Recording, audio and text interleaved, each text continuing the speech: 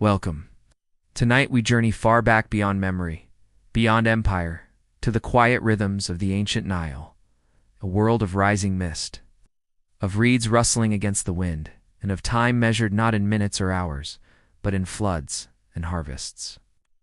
The Egypt you may know, one of gold masks and towering pyramids, is only part of the story. The rest is gentler, earthier. It lies in the fields, in sun-baked homes of mud and straw, in quiet temple chambers where ink flows across papyrus by lamplight, and it lies in the moments between sunrise and toil, between rituals and rest, between the hush of death and the hope of eternity. Let the sound of the river guide you now.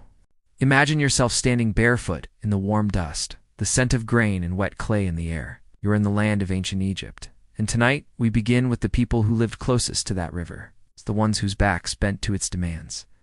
Why it sucked to be a Nile farmer ***. Picture yourself before dawn, long before the sun gilds the stone faces of gods. The stars still glimmer faintly in the ink-black sky, but already you are awake. You are a farmer, one of thousands who live by the rhythms of the Nile. You rise from a mat of woven reeds, the air thick and damp with the smell of river silt and morning mildew. Your home is a squat mud brick shelter. It leaks when the rain comes, though. In truth, rain is rare. More often, it is the flood you prepare for. Each year, the Nile swells and spills onto the land, depositing thick, dark soil across the floodplains. It is a gift, yes, but also a challenge. The inundation turns roads to sucking mud, wipes out makeshift boundary lines, and brings with it clouds of biting flies. Still, without it, there would be no food. You and your family plant barley and emmer wheat with simple tools, curved wooden plows pulled by oxen. Your hands blistered from hours of work. The soil is fertile, yes, but labor is constant. Weeding, digging, tending livestock. There is no rest, not in planting, not in harvest. Your tools are few, and your muscles are your only guarantee. The sun climbs higher now. The air grows thick and buzzing with insects. You tie a linen cloth around your head to shield from the heat, but it does little to keep sweat from dripping into your eyes. Eat little during the day. Flatbread, a handful of dates, some beer thick and murky, more porridge than drink, enough to keep moving, but not much more. Sometimes a tax collector from the local temple arrives, tall and quiet, carrying a wax tablet and a stylus. He smiles without smiling and walks your field with slow, practiced steps. He speaks little, but he takes careful note of your grain. You know he will return when the harvest comes, and he will not be alone. At night, your family huddles inside the hut. The floor is hard, the walls breathe heat. Mosquitoes drone endlessly, slipping through holes in the roof that no plaster can quite seal. You wrap yourself in a linen sheet and try not to itch. Still, there is comfort in routine. The same songs, the same prayers, the same stars overhead, tracking across the heavens like old friends, and so your life flows. Like the Nile itself, steady, laborious, and always moving. The surprisingly chill life of a temple scribe ***, now shift the scene. From the open fields of sunburnt toil to the cool hush of sacred walls, you are no farmer. You are a scribe, trained in the mysteries of ink, symbol, and sacred speech. A small figure in white linen, seated cross-legged in a temple antechamber, surrounded by silence and the soft scent of burning incense. Your day begins with ritual. You cleanse your hands, your body, your tools. To write the names of gods and kings is no simple task, is holy work. And unclean hands may turn a blessing into a curse. Your tools are simple. A flat wooden palette with small wells of red and black ink. A bundle of red pens, sharpened with a knife. Papyrus scrolls, soft and fibrous, waiting to receive the voice of eternity. You copy hymns, tax records, offerings, prayers. You write slowly, carefully, with the practiced grace of someone who knows. Every curve of every glyph must be perfect. A single wrong mark may dishonor the spirit world. The stone walls around you are carved with older texture teachers in silent stone. Sometimes you pause to read them, running your fingers over the etched signs, feeling time whisper back. Outside, the city hums. Priests prepare incense and food offerings. Children chase each other between sun-warmed columns. But here in the scribe's chamber, all is still. You are respected. Not rich, not powerful, but respected, because you can do what few can. You understand the language of the gods. When the high priest needs to send a letter to another temple, he comes to you. When a noble wants his tomb texts prepared, he hires you. When an illiterate farmer must file a complaint about lost grain, he begs your help. Your fingers may cramp from hours of writing, your back may ache from sitting, but you are never burned by the sun, nor bitten by flies. You do not bleed. You do not sweat. And when you walk through town, people nod to you with quiet respect. At night, you roll up the scroll, clean your pens, and whisper a prayer to Thoth, God of wisdom. You fall asleep with stories still echoing in your mind. Stories you've written, stories you've read, stories no one else remembers. You are a keeper of memory, and in a land built on legacy that is no small thing. The tomb builders who worked in total secrecy * now, imagine a path veering west, past the bustling Nile, beyond the fertile fields, and into the dry, golden stillness of the desert. The heat is sharp here, crisp, dry, and constant. But this place is not for wandering farmers or noisy merchants. It is a place of silence, of secrecy. You are among the tomb builders of Deir el-Medina. This was no ordinary village. Tucked between hills, far from public roads, it was home to the most trusted artisans in Egypt, men who carved the eternal homes of pharaohs. You rise with the sun. Your home is modest mud brick, 2 rooms, a flat roof but well built. You're paid in rations, with extra fish and oil, even a bit of beer. You don't toil in the fields. You don't fear conscription. You work for the state, and your craft sacred. Each morning, you and your team stonecutters, painters, plasterers gather and descend into the narrow passageways of the Valley of the Kings. Inside the tomb, the air is cooler. Dust hangs in stillness. The walls whisper with the scratch of chisels and the murmur of men reciting prayers as they work. Your job is exact. Every angle must align with sacred geometry. Every wall must tell a story. The pharaoh's journey to the afterlife, his battles, his triumphs, his offerings to the gods. The paint is mineral-rich, vivid even in the dark. Ochre reds, deep lapis blues, soot black. You mix it carefully, apply it with brushes made of reed or animal hair.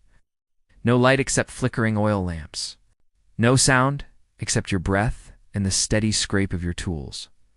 You know every curve of these walls, but you will never return once it is sealed. Secrecy is law. You are trusted with the deepest mysteries of the kingdom. To speak of what you see would risk not only your life, but your soul's peace. And yet you are human. You carve your name in hidden corners. You sketch little figures in the margins, sometimes humorous, sometimes sacred tiny messages to the future. Back in your village, life is close-knit. Your neighbor is your cousin. Your overseer is your uncle. Arguments are frequent, but so is cooperation. There's a scribe to record complaints, even a small court to hear them. The work is long. Weeks pass before rest days, but those rest days to every tenar your time. You mend sandals, play sonnet with friends, share gossip, pray. At night, you look across the valley. You know the tombs stretch deep under the rock, full of gold and silence.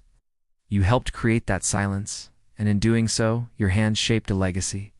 You may not be named in the great temples, but centuries from now, someone might light a torch in the dark, look upon your painted wall, and wonder who you were.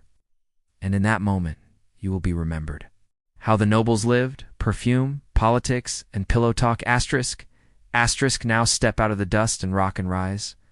Past the workers and scribes, through guarded gates and sweet-scented gardens, into a world of polished stone floors, sheer linen, and golden bracelets. You are in the villa of a noble. You're not royalty, but you're close. High priest, a vizier, a general, or a favored courtier. You have land, titles, and servants. You own ships, cattle, vineyards. You dine with the pharaoh. You host poets and spies. And your life is luxury wrapped in strategy. Your home is vast, with tall columns and water channels running through the courtyard. Palm trees offer shade. Lotus flowers float in pools. Incense burns softly near the threshold, not just for fragrance, but to keep the gods close. You wake not to roosters, but to soft flutes and the whisper of maids drawing open woven blinds. You stretch under linen sheets perfumed with lotus oil. Servant brings scented water to wash. Another paints your eyes with black kohl-knot vanity, but protection from the glare of Ra. You slip into a pleated linen tunic, fasten a wide collar of turquoise and carnelian, and slide gold rings on your fingers. Your wig is styled, scented with resin, and set like a crown. Outside, a chariot waits. You ride not for war, but for presence. To be seen at the palace, to offer counsel, to hear rumors. Politics is your morning meal. Allegiances shift like Nile water. One wrong word, and your villa becomes your prison. One clever alliance, and your children marry into dynasties. Afternoons are lighter. Musicians strum harps in the shade. You recline on cushioned couches, sip cool wine from alabaster cups, and snack on figs and roasted duck. A visiting poet recites verses. A priest reads omens from the flight of birds. A foreign envoy bows low and offers lapis from Afghanistan. At night, lovers whisper. Affairs begin under moonlight and end with quiet bribes. You write letters laced with both honey and threat. You seal them with wax, knowing the wrong hands may one day break it. Before sleep, you stroll the roof. The stars overhead are familiar. You trace constellations your grandfather once taught you. You pray softly, not loudly, not publicly. In your world, faith is quiet. Doubt is loud. You are not immortal. You know this. That's why you've already commissioned your tomb. The best artisans from Deir al-Medina are carving your story into stone. Not just your achievements, but your face, your prayers, your ideal body forever young. Because when time swallows names, only beauty and power endure. The women of Egypt. Power, perfume, an everyday magic asterisk. Now turn your eyes to a courtyard filled with sunlight and soft chatter. There, seated under a fig tree, is a woman grinding barley with practiced strength. But don't mistake this for simplicity. You're in the presence of power, quiet, resilient, and ever-present. In ancient Egypt, a woman could own land, run a business, divorce a husband, and sue a neighbor. Not every woman had the same freedoms, but Egyptian women lived with more rights than many others in the ancient world. Some were queens. Some were weavers. Some brewed beer and ran market stalls. Some healed the sick or interpreted dreams. And all of them moved through a world saturated with ritual and symbol.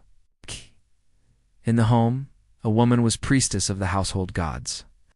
She taught her children stories of Isis, who brought her husband Osiris back from the dead.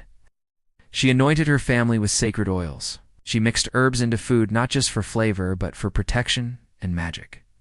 It was daily, practical, real. A mother would whisper a spell over a feverish child. A wife might place a fertility amulet beneath her pillow. Grandmother would knot a red cord around a baby's wrist to ward off evil. Beauty was power too. A noble woman might spend hours preparing for a banquet, rimmed with kohl, cheeks brushed with crushed petals, hair braided and perfumed with myrrh. Not all beauty was adornment. Strength had its own allure. A farmer's wife might carry baskets of grain, manage workers, and still find time to sew her children's clothes by moonlight. A priestess might walk barefoot into a sacred chamber, bearing offerings and chants older than the pyramids. And then there were the queens. Women like Hatshepsut, who wore the royal beard and ruled like a pharaoh. Or Nefertari, whose tomb glows with images of divine rebirth. Or Tai, advisor to kings, who wore gold like armor. Even in love and loss, women held the thread of life. Wives mourned the dead with ritual wails. Daughters poured water at tombs to nourish ancestors. Sisters whispered names to keep souls alive. Because in Egypt, to be forgotten was to die twice, and the women made sure that never happened. And so we close the journey. From the pharaoh's golden halls to the potter's clay-streaked hands. From sacred tombs to perfumed gardens, ancient Egypt wasn't just a land of kings and monuments. It was a living, breathing world of real people. and you've just walked in their sandals. Welcome back to the present. But perhaps you've brought a little of the Nile's memory with you.